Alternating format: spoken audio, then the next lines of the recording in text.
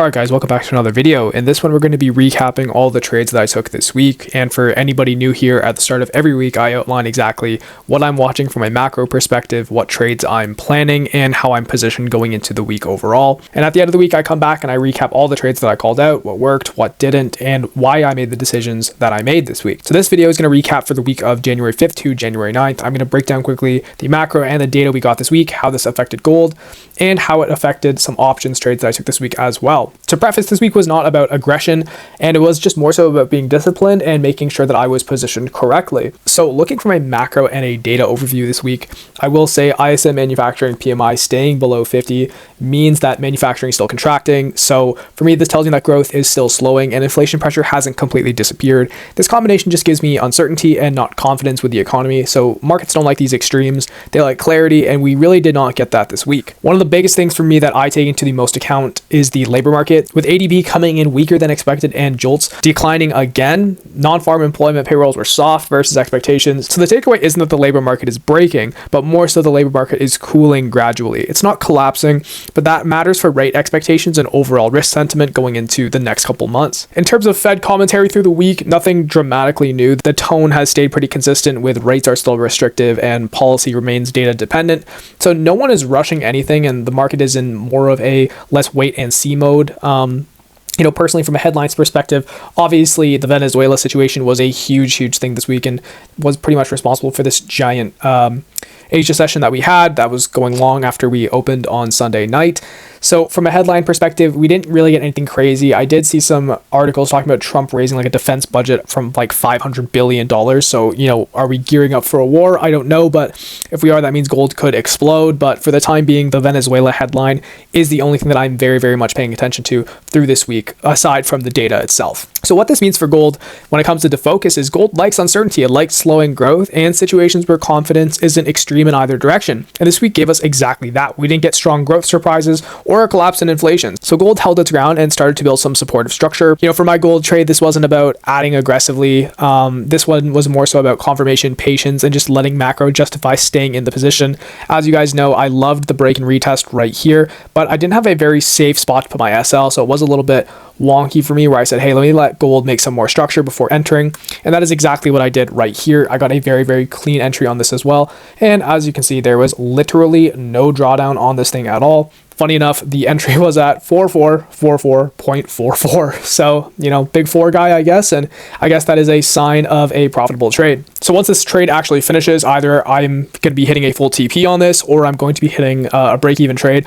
This high right here was a good spot for me to actually set the trade to break even. So we are fully break even on this. This is either going to be a win, the first win of 2026, or we're going to be going break even on this.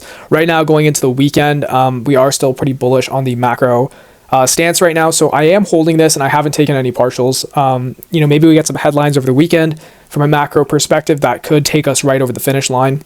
This is going to be TP1, and I am still debating on having my full take profit here or letting something ride, since we are at all-time highs right now. And this is a really good entry that I am very happy to have it at. So I could trim half the trade at these all-time highs, because I do like having a hard fixed take profit. I don't like just kind of dunning into the unknown. So we will see, and I will keep thinking about this, and I'll update you guys on Monday with what I've decided to do. But for the time being, this was a very clean trade. We had some really good impulse to the upside. You could have even taken a small break and retest from this area right here. But for the time being, I will make a full trade breakdown once this actually finishes off. Now, for stock market context on the equity side, that was actually a pretty solid week. Stocks pushed higher overall, especially in growth, tech, and higher beta names. So this is pretty important for options traders. When stocks grind higher like this, aggressive puts don't really make sense, and chasing premiums kind of increases assignment risk. So instead of forcing returns this week, I really stayed measured. So if we hop over to my options right now, IREN would be the play of the week. I'll get into that a little bit later, but more so from an options standpoint, this week played out exactly how it should have. From a cash geared put side, all positions expired worthless. So, I am recording this just a few hours before market close, but I am going to count this as no assignments. We got a pretty clean premium capture, and we came in around 0.7% on the week. Is that insane? No, but is that solid and repeatable? Yes. Given how much stocks actually pumped this week and the risk of a retrace off of those massive pumps, staying reserved maybe made a lot more sense than getting greedy this week. When markets rally really hard like this, we have these massive pushes, premiums do look attractive, but there's a lot more downside risk. So instead of forcing a 1% week, which would have been, a lot higher than where I actually put my strike at, I just did focus on good strikes, on stocks that I actually want and letting the probability play out. Because when we do have a massive impulse like this, because how does the market move? You have a higher high being made, as you can see right here, and then you're going to obviously have a higher low, but you don't know where that higher low is going to be put in, and you are just one headline away from having that higher low turn into a lower low. So for me, with just kind of getting back into the rhythm of a full trading week, I'm not getting aggressive at all. I'm happy to have a 0.7% week instead of a full 1% week where, I'm not really comfortable or quaking in my boots. So like I said, IREN was the biggest win this week. We got a really strong recovery, as you can see on the stock itself. We're almost back to break even on the shares, which I'm sitting at a 51.2 cost basis on. We actually did peak at around $50 today, which was great. But I actually want this to expire close to my share price, but, not too close, because I do want to run a covered call next week that's going to be in the money, meaning basically if my shares are right here, I want the stock to be trading above this area so I can sell the shares at a much higher premium price, meaning I'll have stock gain on this as well, along with earning a huge premium for selling the shares in the money already. My focus has kind of shifted to letting the stock stabilize and wait for those strong premiums, and I'm going to be prepared to sell that large covered call once I'm comfortably in the money on this. As you can see this week, we had a cash good put position right down at $40 just in case we had that another dip, because I would have loved to average down on where my share price being right here, and if I could get this in between. This was another 300 shares down here, as we have 300 at this level right now. So I would have loved to lower my cost basis and have a lot more upside on the stock. The next one was Bloom Energy, and this thing absolutely ripped this week. If we actually take a tool to this, we moved 46% from where my cash secured put was.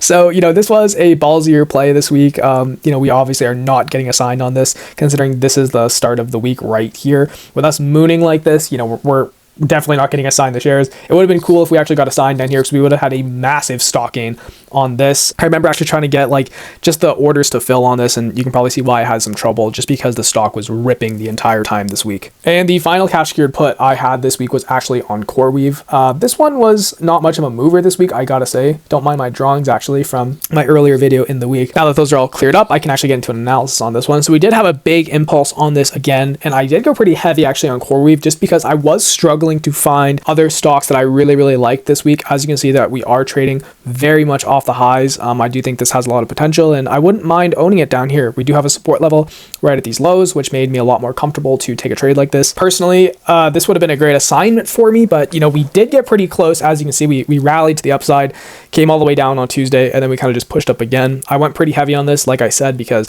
there wasn't any other stocks I really wanted to own, and I think the remaining capital I needed, I just threw back into CoreWeave and doubled up on the amount of shares and cash secured puts that I was doing. Again, no assignment. We were pretty far away. Let's take a tool and actually measure this. We were about 10% away. So that's, we're picking up, if we got assigned, we would have gotten this at a huge discount, which is awesome. But no harm, no foul, no assignment. We're happy with the premiums we collected this week. It was just those 3 cash secured puts. I did run some covered calls on Palantir and Delb for pennies on the dollar. Palantir is making a good comeback. We can hop over to the chart right now and check. We are coming back to where my share price is right here. We have some good support zones at the lows. So I do think Palantir is kind of ready and almost due for a breakout. And then I will sell an in the money covered call. As you can see, we actually came above my share price. I was hoping it would stay above, but I do think that we are just putting in a higher low, actually, I should say, right here, and then we'll continue to the upside where I will sell an in the money covered call. So once I do that, and if IREN and Palantir are both doing that in the same week, we are going to have a massive week. So that will be something to watch out for, and something I'll keep you guys updated on. So like I said, this week wasn't about forcing trades. It was a week to let the market do the work. And to summarize this, data showed slowing growth but not collapse.